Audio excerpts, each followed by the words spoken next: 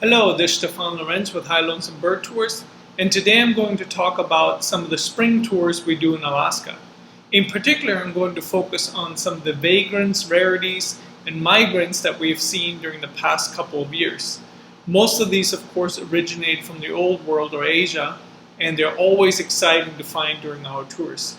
And I hope you will enjoy some of the adventure and experiences we had, and this should give you an overview of what you may expect during a spring tour to Western Alaska to any of these rarity hotspots either in the Bering Sea or even some of them on the mainland. I will not talk about some of the Alaska specialties that these tours focus on, of course. I mean, there are seabirds, eiders, loons, and many boreal species. But I will limit myself to talking about some of the rarities and vagrants that we have found. Most of these tours target the Alaska specialties, and these rarities and vagrants are never to be expected. They're always kind of a big bonus in addition to the regular species that we find. I must say though that over the past 4 years we've had incredible luck. We have found a very high number of rarities during each season. We've actually counted up, did a little bit of statistics, and there were about 20 to 21 species per season from the Old World. Some of these included some more regular species like black-headed gulls, Slaybeck Gulls, while some of them were some true stunners and surprising finds that we enjoyed during these tours. So if you were fortunate enough to travel with us during the past 4 years, hopefully this will be a bit of a reminder of the excitement we all shared. And if you haven't been to Alaska in the spring, and would like to see what you can add to your ABA list or what of these species might be expected during that time and which places, please join me, and I hope you will enjoy this short journey through Western Alaska. In addition, I wrote a comprehensive comparison between Adak Island, St. Paul Island, and Gambell on St. Lawrence Island for the ABA Birders Guide a couple of years ago, so you might want to read through that too. So to give you an overview, Alaska is a big place, of course, and we cover a lot of ground during our tours each spring. We usually start out by traveling to Adak Island, which is in the central Aleutians. This is a really far-flung and wild place.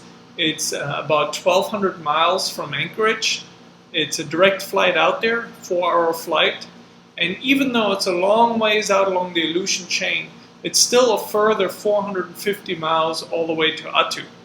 But Adak has proven over the years to be fairly productive and reliable for some of these species that are really rare or seldom seen in other parts of the ABA area. After Adak, we usually make our way to the famous Pribilofs, which are really a seabird hotspot, and the seabirds are one of the main species that we go there for. There are many alcids breeding on these islands, northern fur seals, and so on. But they've also proven to be a fantastic and very well-known rarity hotspot over the years. And we will spend a couple of days on St. Paul Island, where we even run 2 tours per year, usually one in late May and another one in early June.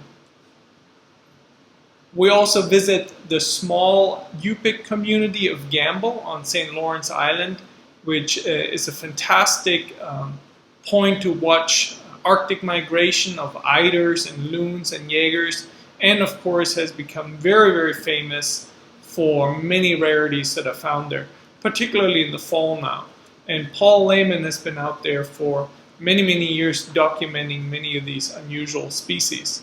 And we spend more than a week out there enjoying the spectacle of seabirds and migration, and also going to hunt some of the rarities. And then after Gambell, we usually go to Nome, which is on the mainland of Alaska, but it's far enough west that it also attracts a fair share of vagrants, and so does Barrow in the far north. So a short trip to Barrow will also usually get us 1 or 2 of these old world shorebirds that regularly show up in Alaska. In our last tour of the season, we actually traveled to Dutch Harbor in the far eastern Aleutians. But even here, rarities can be found occasionally although much more rarely than in the other places I just mentioned. So let's take a closer look at Adak Island. It's a big place. It is actually the 25th largest island in the United States. There's a lot of mileage to it. Most of it is pure wilderness, essentially inaccessible unless you're going backpacking or using ATVs. And we, of course, focus on the accessible part of the island. So Adak Island was actually home to a very large naval base, which closed in 1997. So there's a lot of infrastructure there. There's an airstrip, so it's pretty easy to fly in. Like I said, it's a 4-hour flight from Anchorage. And we take advantage of essentially the city that's left there. It was up to 5,000 people at some point, and now there are less than 100 residents. But the infrastructure is all still there. Interestingly enough, Adak is the southernmost city in Alaska because the Aleutian Island arc actually swings quite a bit south. And here on this aerial map, you can see 2 large lakes near the center there. On the left side, that's Andrew Lake, and on the right side, that's actually a tidal lagoon called Clam Lagoon, which is one of the most productive birding spots on the island. So Adak is a big place. It's a wild place. Here you can see some of the paved roads and some of the other infrastructure that was left on the island. You can see right in the background some rugged, snow-covered mountains rising up. Here you can see the same. You see the main part of Adak town in the foreground there, and also you don't see it in this photo, but the airport is also located, and again rugged mountains in the background. So the mountainous part of the island is not one that we go birding in.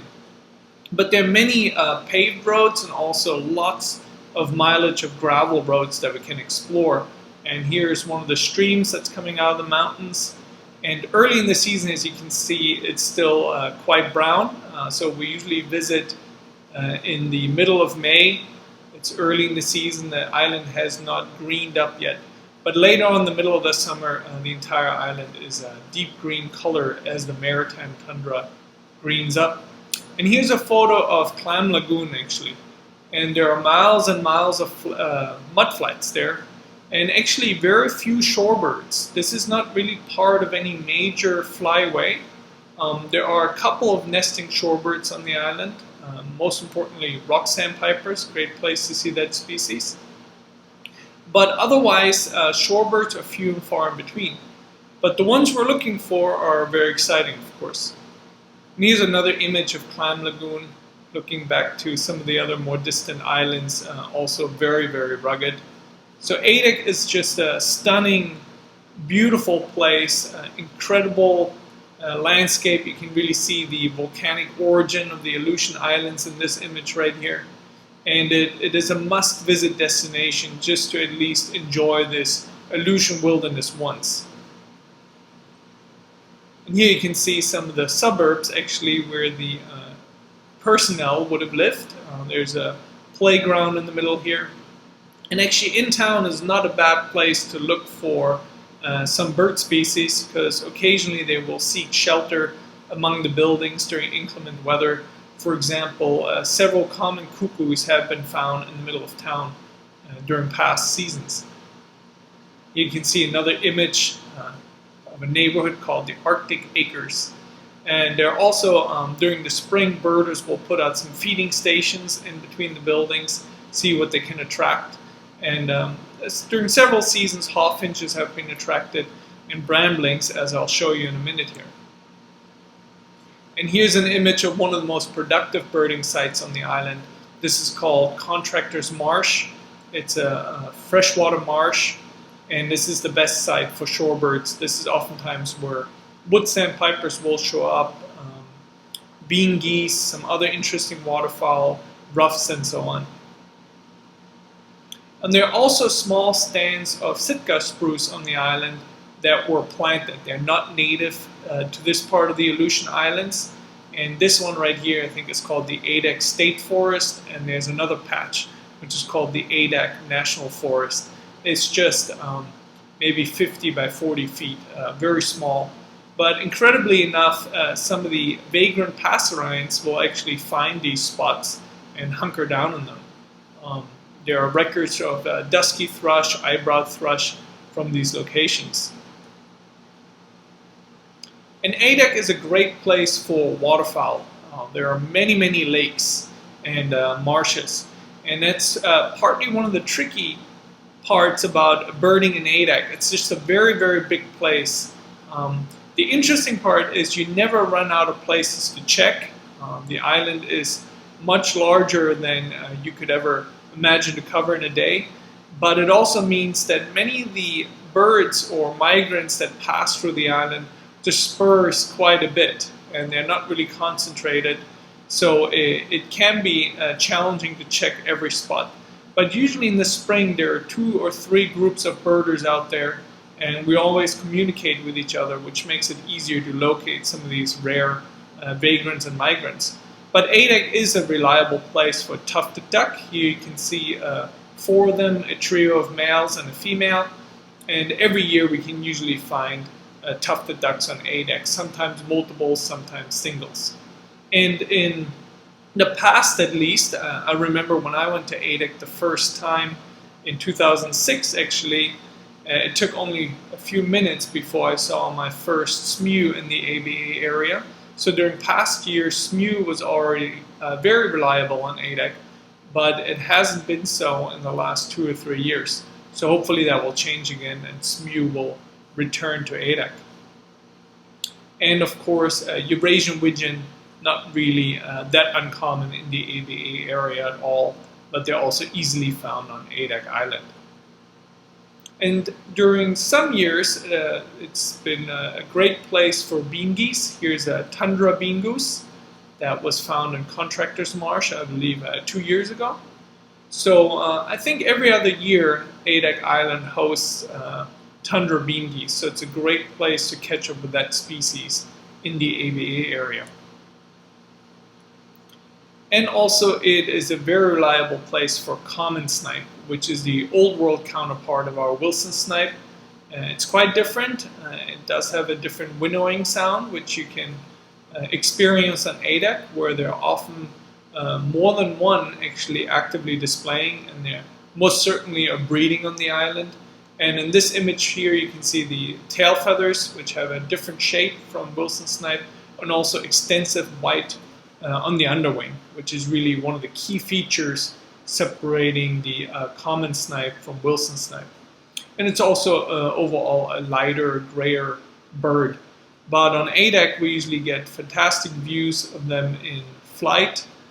Sometimes there are also Wilson snipes present right alongside them for great comparisons. So Adak has really proven to be a reliable place for the old world common snipe. And in Adak we can also find one of the most regular and common and widespread shorebirds from Asia, the wood sandpiper. We find this species nearly every spring, and sometimes Adak can host quite a number of them. Again, when I was there the first time, actually in 2006, there was a flock of 150 wood sandpipers on Adak, and that's unusual. There was a really strong westerly storm, and usually we can find smaller numbers of them. But wood sandpiper is pretty reliable in western Alaska during the spring, and sometimes they'll even stay right into the middle of summer. I've seen them displaying in the middle of summer on St. Paul Island, for example. I'm not sure ever found them breeding there, but they can stay throughout the summer.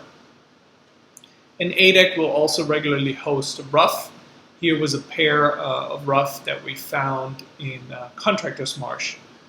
Looked like young males or males that are not in full breeding plumage yet. Had great views of those. And that's another shorebird that's pretty regular in western Alaska during the spring and the fall also. And Adak has also proven pretty good for the temming stint. And that is a difficult shorebird to get in Alaska, not very common. There are records from Gambell, St. Paul, and Adak. But Adak had this species during the past couple of years. So it's probably one of the more difficult stints to get in Alaska. Looks a little bit like a miniature common sandpiper or winter plumaged spotted sandpiper. But temming stint has proven to be somewhat regular on Adak, although it can be tricky to find on those vast mudflats where these birds can really hide. And as an aside, I said I wasn't going to talk about any regular Alaska specialties, but the bar-tailed godwit certainly is a regular shorebird in Western Alaska, breeds in Western Alaska, migrating up all the way from New Zealand. It's quite famous, their long over-water flight, non-stop flight. And interestingly here we found a group of them that had stopped on Adak feeding on the beach. And as you can see, the bird in the middle has a band, a marked band. And the participant in the group, we took this photo. He had good connections to the bird banding lab and was able to send in the information, and we got the information back, a certificate of appreciation from the bird banding lab. And we found out, so we saw this bird in 2017, May 16, 2017. We found out it had been banded in Alaska in 2009. So it was nearly 10 years old, and imagine how often it had completed that flight, long over-water flight from Alaska all the way to New Zealand or Australia. So quite remarkable, and we were pretty excited and pretty happy to add a little piece of data to that particular species. And then Adak usually also hosts one or two Slaybeck Gulls. And again, that is a fairly regular species in Western Alaska. And also has been found throughout much of the lower 48 states by now. And usually black-headed or common black-headed gull can also be found on Adak. This one was sitting right here on the pier as we had actually returned from a successful boat outing to look for Whisker Doclet. And of course that is one of the key species of Adak, the Whisker Doclet, which is regular there in the island passes. And if a boat is available, we will actually go out and look for it. Otherwise, we can try to look for it from land, or we also have good chances of seeing lays and albatrosses. But again, I said I was going to focus on rarities and migrants and vagrants here. So let's get back to those. Interestingly, during one of our tours, we also found a great egret, which is originated in the Old World. This is most likely the Old World subspecies. And this bird had spent several months on Adak already and was still surviving, which is quite remarkable. And to go along with that, with Old World subspecies, this right here is the Eurasian common merganser, also known as goosander, which we found a pair of during one of our tours out there. But there are also some passerines that show up on Adak from the Old World side. And again, Adak is a long ways away from the Asian continent, so it's not a major route for passerines to come through. But every once in a while we do find some of those rarities. Of course, eastern yellow wagtail actually breeds in Western Alaska, but they're surprisingly rare on Adak Island. They seem to take a more northerly route, but we found one during one of our tours. And I believe it was the same year we found bramblings on Adak. So I would say brambling is the most common songbird from originating in Asia that passes through Western Alaska. This is the one vagrant we pretty much see every spring, and sometimes in good numbers even, and sometimes in multiple locations. So brambling shows up pretty regularly. And that particular year was really unusual. You can see a flock in flight here. You can count about, I think, 8 in this picture. And let me show you another picture here. Here's a flock of them perched on some derelict fencing in the middle of town. And that particular day, we actually kept track of the number of bramblings, and there were more than 150 that we counted on the island. So it was a huge influx of bramblings. And of course, that was weather dependent.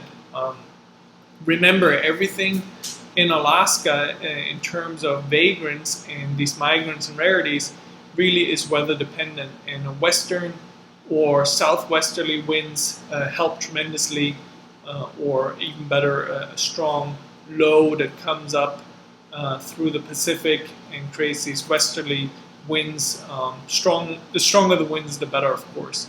And during this event, I think a storm had preceded our arrival and deposited some of these birds on the island. So we always hope for west or southwest winds before we head out to any of these vagrant hotspots. And Adak also hosts eyebrow thrush. Also, this particular species is also one of the more regular Asian vagrants to show up in Western Alaska. It's usually easier to find in other spots, but it has shown up in Adak for the past couple of springs. And they often seek shelter either in town or around some of the buildings. This one right here was sitting on one of the communication buildings outside of town, actually. And one spring we also had the great fortune to track down a rustic bunting, which that's really uncommon on Adak and also pretty unexpected, uncommon in the rest of Western Alaska. Shows up every other year, I would say. But we had great views of a rustic bunting, really striking species. So after Adak, we usually head back to Anchorage, and then some folks may continue, or we'll head out with a new group to St. Paul Island. And St. Paul Island is just a remarkable place. Literally in the middle of the Bering Sea. It is not a large island. It is about 14 by 8 miles, but it has a pretty extensive road system, actually. There's a road leading out of town all the way to the southwest point, and there's one that crosses the island to the north shore, and then another road that goes all the way to the northeast point. And even the other parts of the island are accessible by foot, so it can be covered quite well. In addition, the eastern portion of the island is just full of small lakes and wetlands that are really a haven for waterfowl and shorebirds, and it really has the ability to hold shorebirds for quite a while, including rarities and vagrants from Asia. The western part of the island is a little bit more hilly, and it has big lava flows on it, but it's a wonderful place to visit. Of course, it harbors tens of thousands of nesting seabirds, puffins, murres, and auklets, and that is one of the main attractions, also fantastic photo opportunities. But during our visit, we do spend quite a bit of time looking for some of these hoped-for rarities and vagrants. So to give you a little bit of a sense of the landscape there, here's a view across town. There are about 400 to 500 residents on the island. There's a very comfortable hotel there, meals at the fish processing plant. For how remote it is a really comfortable and relatively easy place to visit once we get there. The flight takes between 3 to 4 hours depending on the weather and whether there are any stops in between. And it is a long ways out there. In fact, it's almost 800 miles from Anchorage. So it is a truly spectacular and remote place, and one of the funnest places to go out and hunt for these rare vagrants. And there's always, every season we've gone out there during the past 4 years, there's always been 1 or 2 surprises. And I just wanted, since you saw that sort of green picture with a lot of wildflowers in there previously, that was taken a little later in the season. So I put this picture in here showing you that even in late May, in certain spring seasons, the island can still hold a lot of snow. So that's usually what it looks like when we visit. And here's another image showing the shoreline, also a little bit later in the season when it's very green. And the island has tons of nooks and crannies that can hold migrants. And here's another image showing Otter Island in the distance and some of this beautiful tundra in the foreground and some volcanic lava flows on the right there. And the volcanic origin of this island becomes pretty apparent when you go up to Crater Lake or Crater Hill. and you can see beautiful craters throughout the island. And these higher tundras usually don't hold too many birds, but they're great to visit. We focus most of our efforts on the wetlands and some protected hillsides and the beaches and shoreline, of course. And here you get an idea of what it looks like in late May. Here's our group setting out at Southwest Point, walking through some of the rocky tundras and checking some small wetlands for birds. And of course, these lakes and ponds attract a lot of waterfowl. For example, tufted ducks, also pretty reliable on St. Paul Island. Here's a pair of them. And with great luck, one year, I believe this was 3 years ago, we had a common pochard, which is still quite rare in Western Alaska and the rest of the ABA area, of course. But this individual stuck around for a few days, so we had great views of this male common pochard. And also bean geese have been somewhat regular on St. Paul each spring season. Here's another tundra bean goose. And you'll see that quite a few of the photos I'll be sharing with you are a bit fuzzy or distant, and that's the nature of finding some of these rarities sometimes. They're not always photogenic, so we always try our best in terms of getting images of each. And St. Paul also regularly hosts the Siberian subspecies of common tern, Ongjipenis, which is quite different, has a different bill color, a bit bigger, and that can also be found on St. Paul Island. And then during the past couple of years, common greenshank has been fairly regular on the island. I believe we've seen it 3 out of 4 times. This individual was particularly accommodating in a place called Salt Lagoon, which is the big tidal lagoon on St. Paul Island, and very productive for shorebirds. So beautiful common greenshank in breeding plumage. And sometimes we also see the Siberian subspecies of whimbrel, the variegatus subspecies. You can see with a pale rump versus the American subspecies, which is all solid brown rump. And then the lesser sand plover. And you can see some of the beach line here. This is actually a seal rookery. This is early in the season before the seals have arrived. You can see the rocks are all rounded from the movements of the northern fur seal. And this lesser sand plover was just hunkered down in there. And some of these vagrants can be pretty difficult to spot. So occasionally they'll show up in easier places. This one was also on St. Paul Island, beautiful male lesser sand plover on the mudflats of Salt Lagoon. And this is another really regular Asian migrant or Asian shorebird in Alaska. We've seen it every season during the past 4 years, and it's a particularly beautiful one. And here's another regular one. Redneck stint can be expected pretty much anywhere in Western Alaska. I think we've recorded it in each of the locations I'll be talking about. And it also breeds in low numbers in Western Alaska. But a really gorgeous small shorebird to see in breeding plumage, about the size of a semi-palmated sandpiper, over this beautiful brick red neck and face. And over the years, St. Paul Island has also proven to be pretty good for black-tailed godwit, another old world shorebird that's been showing up there with some regularity, I would say every 2 to 3 years. Here's one from the last trip to St. Paul Island, beautiful bird that stuck around for a few days, black-tailed godwit.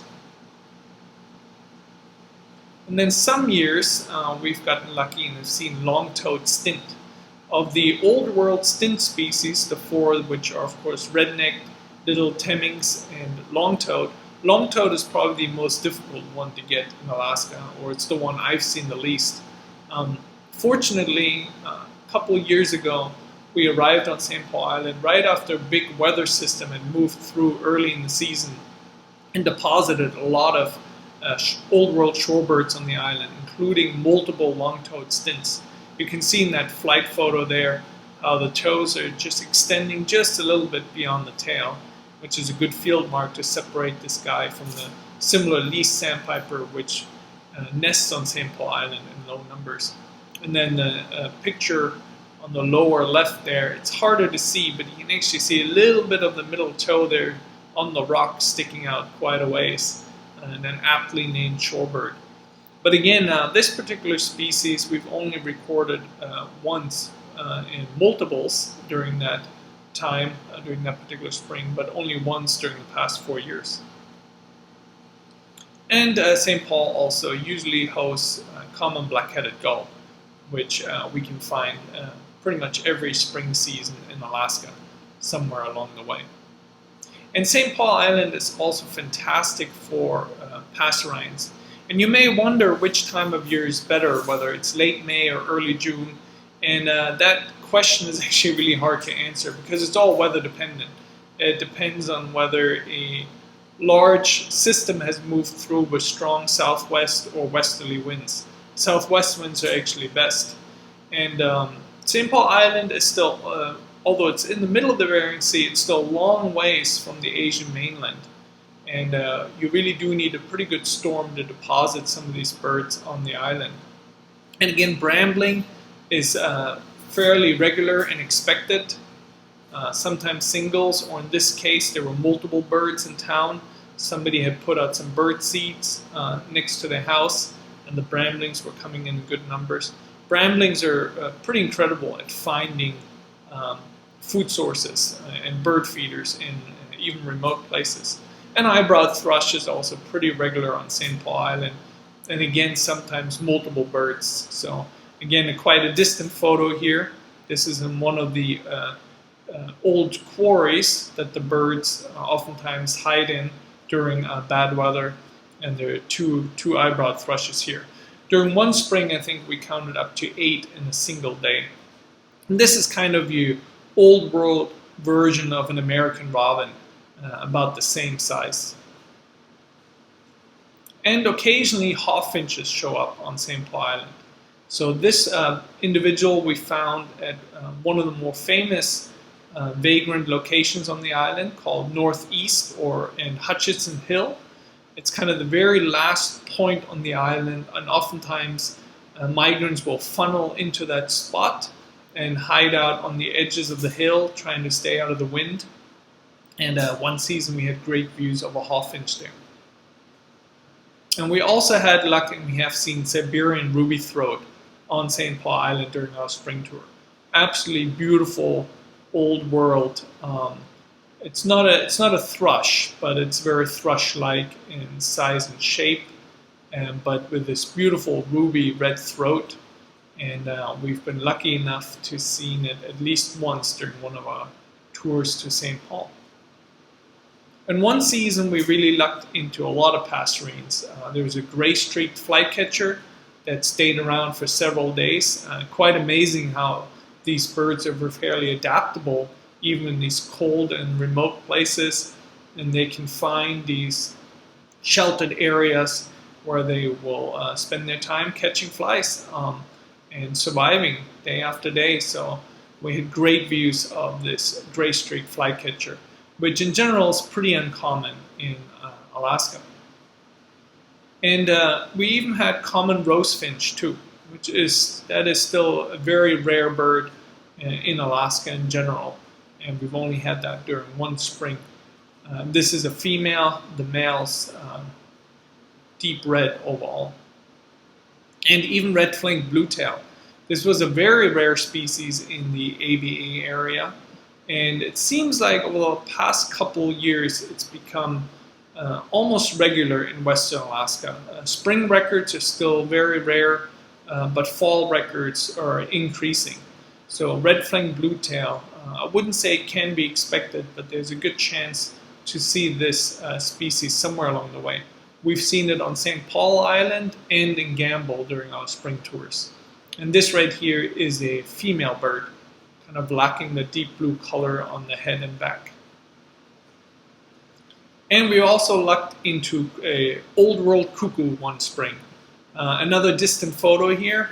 Mainly you can see lupines in this photo, but if you look carefully, right in the middle there on that moss-covered rock is a female Oriental Cuckoo. Common cuckoo is the more expected species, and during past decades, cuckoos were fairly regular in Western Alaska. But in recent years, sightings have really declined. They're still recorded every other year, I would say, but overall they're much rarer now. In particular, an Oriental cuckoo is definitely much more rare than the common cuckoo. And pipits, Old World pipits, make their way into Western Alaska. Most frequently this olive-backed pipit, which we have seen during several spring seasons, but even Pechora pipit can show up occasionally, although they're much more frequent in the Aleutian Islands. And here's one of those truly very, very distant photos, but one spring we had great fortune of finding a gray wagtail, which is also extremely uncommon on St. Paul Island, one of very few spring records. This species is again much more common in the far western Aleutians, but very rare in St. Paul. And although it was a distant photo here, we did end up getting great views of the bird. And wagtails in general can be very flighty, so it's not always easy to get close to some of these migrants. And then one of the neatest rarities we've seen on St. Paul Island, and we've seen it for 2 springs now at least, is the white-tailed eagle, which is kind of the Old World counterpart or the Eurasian counterpart of our bald eagle. A very large bird. You can see has a different number of primaries than a bald eagle, also this more wedge-shaped tail. And this was quite amazing. This individual we saw 3 years ago. We actually went out to a marshy area to look for a wood sandpiper that had been seen there early in the day, and we couldn't find a wood sandpiper at all. And all of a sudden I look over my shoulder and this bald eagle comes into view across the sand dunes. It was flying into a strong wind, so it really flapped right over us, going very slow, allowing us to get great views of photos. And there has been a white-tailed eagle now resident on St. Paul Island for several years. It disappears for long periods of times, but then seems to show up again. So that's a great possibility now to see this very rare bird in the ABA area on St. Paul. We've even seen it on Gambell too. So they do show up with regularity in Western Alaska. And of course, several decades ago, there was a nesting pair on Adak Island in the far western Aleutians. Adak, of course, used to be the famous vagrant trap that people would travel to when it was still accessible. So from St. Paul Island, we traveled to Gambell, which is a small Yupik community on the island of St. Lawrence.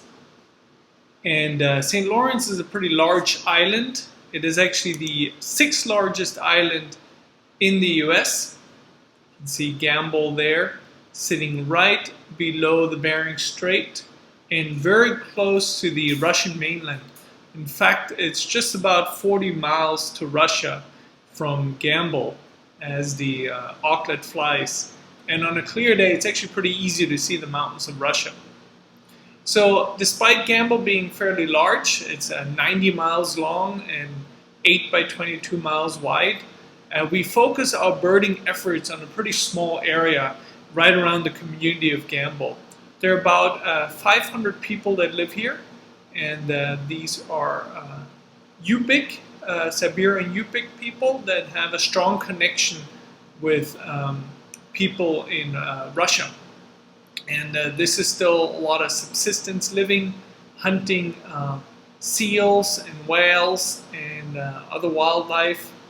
And but they have really taken to visiting birders now. There are actually 2 or 3 people in the community now that go out birding regularly, and they found some pretty amazing rarities. And Gambell is rightly famous for being a vagrant and rarity hotspot in the ABA area. And Paul Lehman has been out there many years and turning up some great birds. And we come out here during the end of May, beginning of June, which is really the prime time for migration. And one of the neatest things to see here, of course, is the spectacular seabird migration. All 4 species of eiders move past the point here, all the loons, all the Jaegers, shorebirds, and of course there are huge colonies of auklets, millions strong, of crested, least, and parakeet auklets, tufted and horned puffins, and even a few dovekey are still nesting on the island too. So it's just a spectacular birding experience. And these rarities really add to the excitement and adventure. I'll talk about some of the ones we've found during the past few years. So if you look at this image right here, you see the row of houses of the community, and to the south is Troutman Lake, which is either frozen in May or sometimes already thawed, depends on the season and the year, of course. And then you can see the green areas on either side of town. The larger one on the left, that's called the near Boneyard, and the smaller ones to the right, there's one that's kind of by itself, that's called the circular Boneyard, and then bisected by a gravel road down on the right-hand side, that is the far Boneyard. And they're called boneyards because locals actually go out there and they dig through the soil to look for bones and ivory, and fossilized bones, fossilized ivory, for local carvings. And by doing so, they turn up the soil and create these craters that harbor either little ponds and puddles and also support vegetation. You can see the rest here looks pretty gray, and that's pretty all gravel. So these birds really key in on these boneyards for shelter and for food. This was taken later in the season. When we are there, they're not green by any means, but they still provide shelter for these birds. And what they really are, they're ancient midden sites. That's where people that have lived here for hundreds, if not thousands of years have deposited some of the bones and ivory from their from the whales and walrus that they've caught, and now people are digging for that ivory, creating some of the best bird habitat on the island.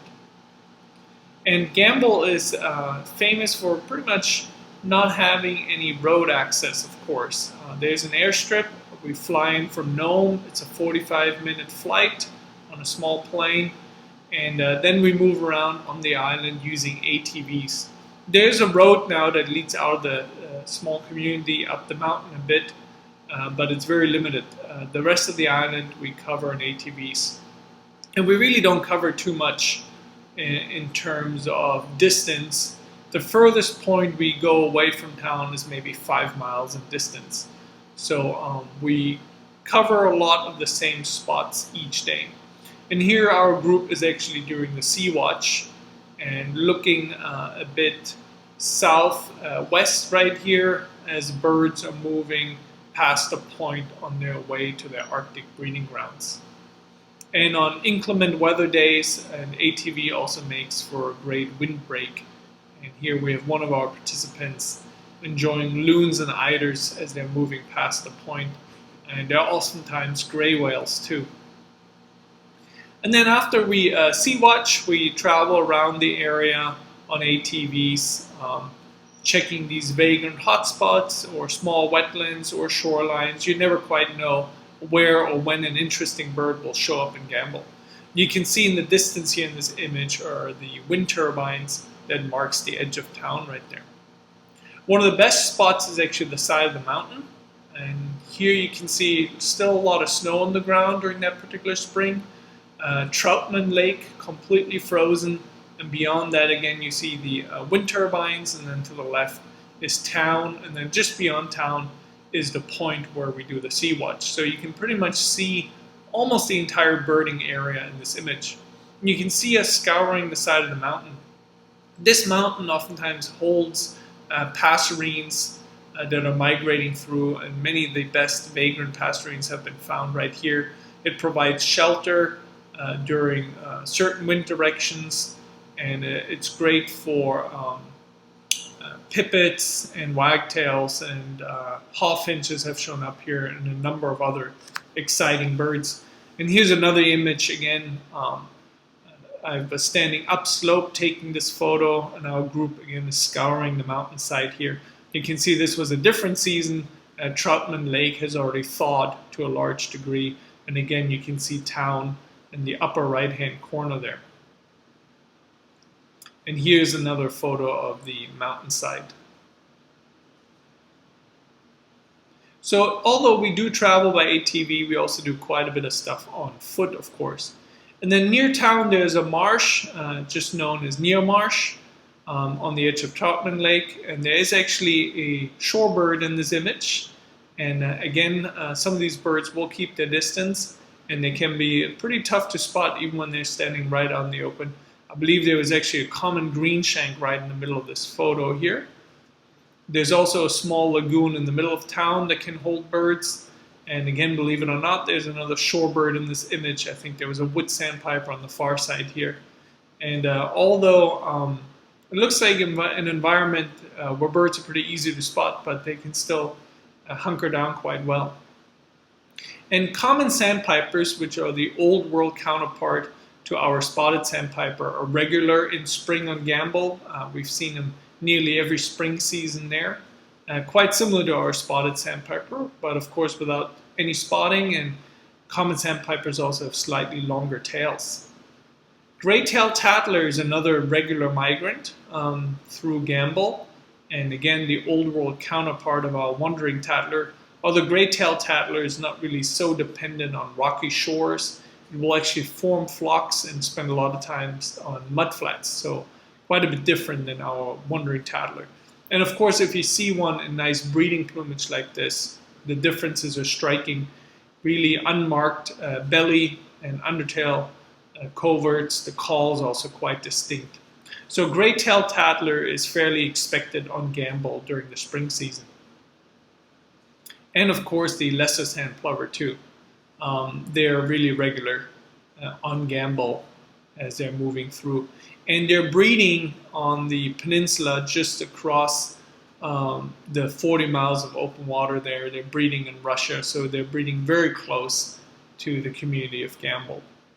If they could even possibly breed on St. Lawrence Island, but there's no evidence for that yet. And Gambell has also been great for pteric sandpiper, which we've seen more than once. Really cool shorebird, a very active feeding style, and this heavy upturned bill. And this is also a species we've had the luck of seeing on St. Paul Island. In one season we found a really rare shorebird, a Pintail Snipe. There are very few records of this particular snipe for the AVA area, most of them coming from Attu when that was still accessible. And this Pintail Snipe was skillfully photographed by Liam Singh, who was one of the participants that season, and you got great photos of it in flight. Of course, like most snipe, it was very secretive, and we were only able to flush it twice before it disappeared, but we're able to get these great photos that confirm the ID. You can see in the larger image there, it's got a underwing pattern, much like a Wilson snipe, so very unlike a common snipe, very neat underwing pattern. And then in the other image, you can see the toes sort of sticking out beyond the tail, a slightly shorter bill, and some other markings that distinguish it from common snipe. So that was a great find and very exciting rarity. And of course, bramblings will show up in Gambell, as they pretty much show up on any of these western Alaskan outposts. And in recent years, eyebrow thrushes have also been more regular in Gambell. Used to be not that common in the spring on Gambell, but in recent years, they've been showing up more frequently. And one actually wonders whether they're maybe expanding their range northward in their breeding grounds in Russia, much like we see with American robins in Alaska, for example. And we've also seen hawfinches. One year we had more than one, and this particular one was photographed on the mountain. Great bird to see, no matter where actually, but particularly welcome rarity in Alaska. And one season we lucked into what must be one of the most beautiful and striking Eurasian vagrants in Alaska, the Eurasian Bulfinch. And this was a particularly exciting find after our group had located this bird on this rocky perch there that you can see in the larger image. It actually stayed there for 30 minutes, just sitting out in the open, enjoying a relatively sunny and calm day on St. Lawrence Island. Everybody was able to get great scope studies for as long as they wanted. And then suddenly it just took off, never to be seen again, which sometimes happens with these vagrants. But it's really awesome to be able to have every birder on the island enjoy this bird. And one season, Paul Lehman called in on the radio, and he had found a common chiffchaff, which we were able to chase down pretty quickly. Luckily, we were all back at the lodge in the middle of the town, and hopped on our ATVs, and we were over there. And 5 minutes later, we enjoyed great views of this Old World warbler. And like the majority of Old World warblers, relatively drab compared to our warblers, of course. And this right here is the Tristis subspecies, sometimes known as Siberian chiffchaff, which are particularly pale and lack a lot of the yellow tones that you would see in other subspecies of chiffchaff. But really neat to get great views of this Old World warbler. And this one keyed in on the far Boneyard where it stayed for 2 or 3 days. And you can see some greenery coming through even in late May already in the boneyards here. And you can see some of the overturned soil in this photo. And then one of the greatest finds we probably ever enjoyed was our group found a Palacis bunting. This was a particularly rewarding find. We had just finished walking the far boneyard, and we had a couple minutes left before lunch, and lunch is always a highlight in Gambell. It's a great opportunity to warm up and re-energize.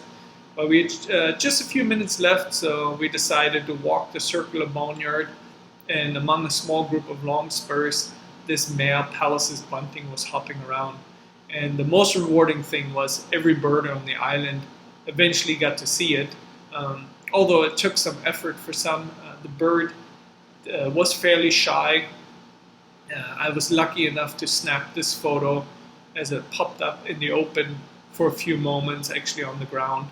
But most of the time I was doing a lot of flying around. But in the end, everybody there was able to enjoy views of this very rare species in the AVA. Very few spring records and just a few fall records from Gambell too. But it was neat to see a striking male. And about the size and shape of a chipping sparrow, actually, not too large of a bunting. And I started this presentation by saying I won't talk too much about Alaska specialties, but in Gambell I feel like I should, because there are some old world shorebirds and passerines that reach their range limit here. One, for example, is the common ringed plover, and there are some pairs, could be 2 or 3 pairs that nest within the Gambell vicinity. And there are also semi-palmated plovers there, and they always seem to compete with each other. But Gambell is a reliable place to catch up with a common ringed plover for the ABA area. And always exciting to find them. They tend to arrive a little bit later than semi-palmated plovers, so the first couple of days that we're in Gambell, they're usually not present, and then they start showing up one by one. So we always keep an eye out for them, make sure we see them before we leave, of course. And then also red-throated pipits, just a stunning old world pipit, migrates through Gambell regularly.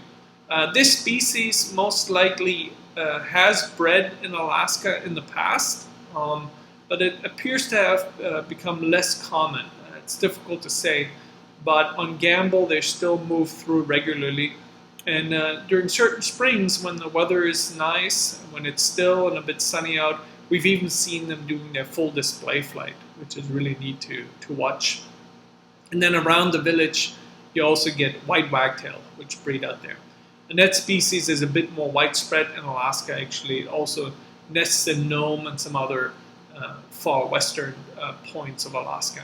but in Gambell it's very reliable with 2 or 3 pairs right around the village, sometimes sitting right up on the roofs.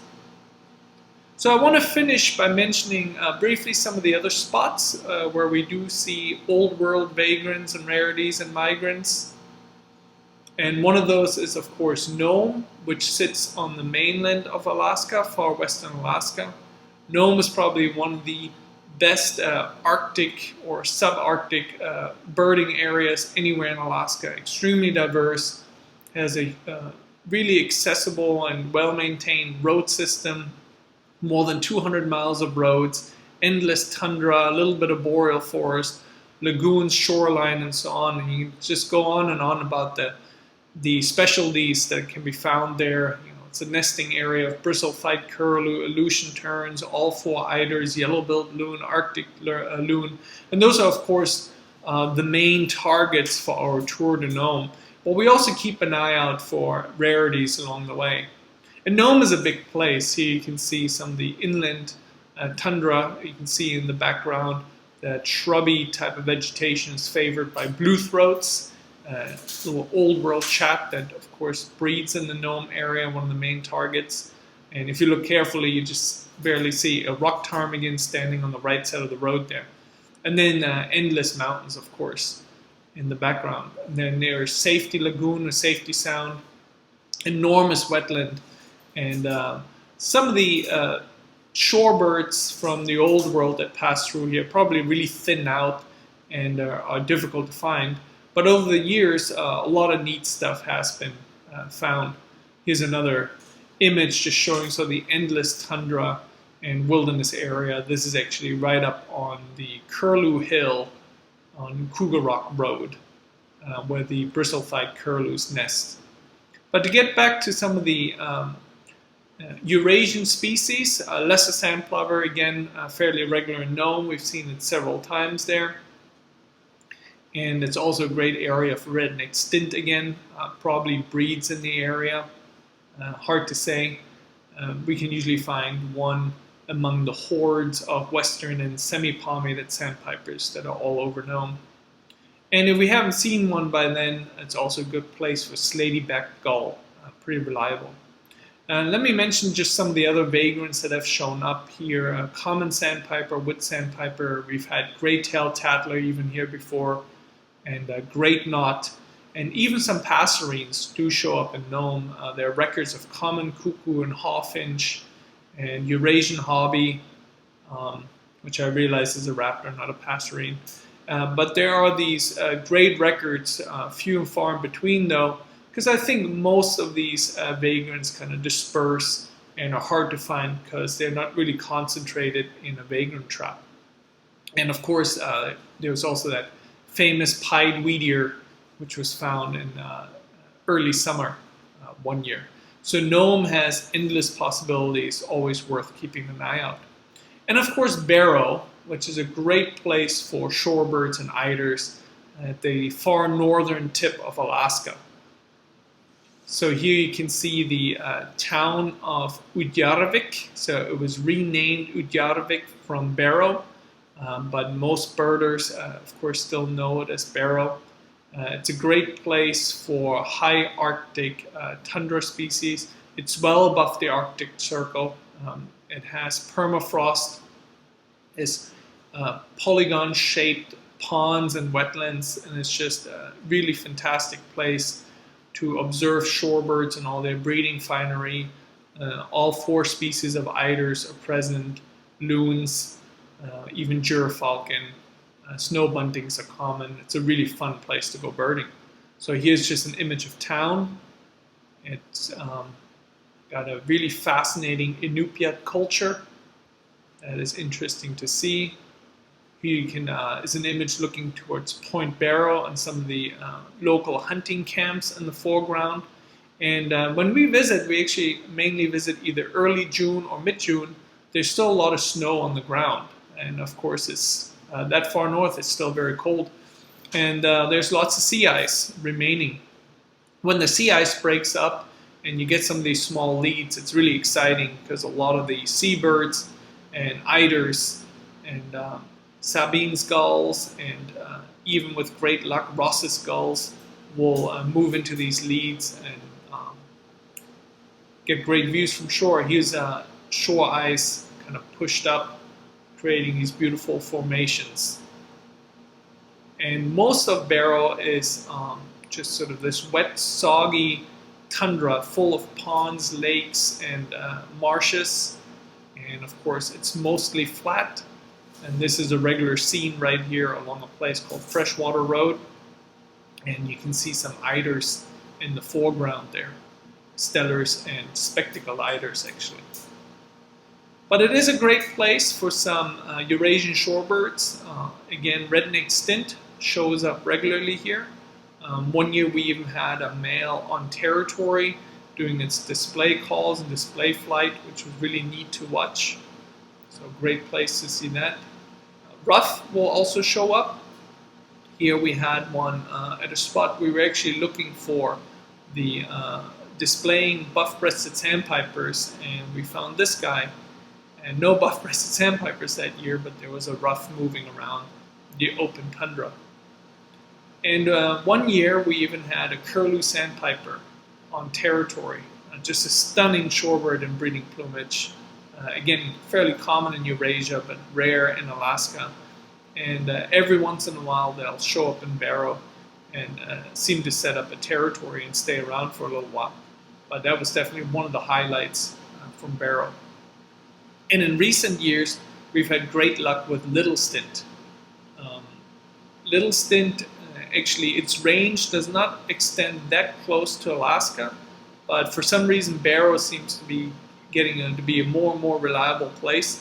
We've had them 3 out of 4 years in Barrow.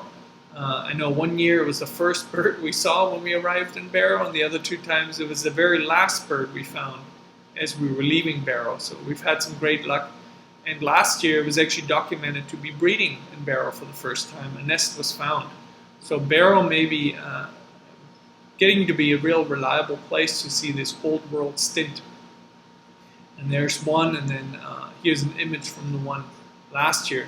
Can have real variable plumage actually, but you know, size and shape similar to a semi-palmated sandpiper with this red on the side of the neck and head and a clean white throat. And I want to finish off with just mentioning our tours to these remote and far-flung places start and end in Anchorage. So we're in and out of Anchorage quite a bit. And even the Anchorage area can hold some vagrants and rarities during some years. I know that one tour actually had a common cuckoo years ago on the outskirts of Anchorage, believe it or not. And last year there was a falcated duck, a beautiful Eurasian waterfowl species that hung around Potter Marsh, which is 15 minutes outside of Anchorage, stayed around for several weeks, and many birders were able to enjoy it, including our groups while we were up there. So in Alaska, you never quite know where a vagrant or rarity may show up, but if it does and we're there, we are sure to try to see it. So I hope you enjoyed this, and here's another little mosaic of some of the birds we found during the past years.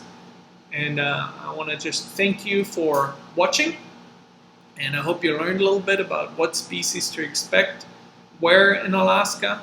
And if you had the pleasure and the good fortune to travel with us during the past 4 years, I hope you can reminisce a little bit about the adventure and awesome, fantastic rarities we found. And if you haven't, I hope you can join us soon. Look in the comments section for a link that kind of summarizes the species that we have found during the past 4 years and how often. And also check for a link to some of the tours that we have. Thanks again, and take care.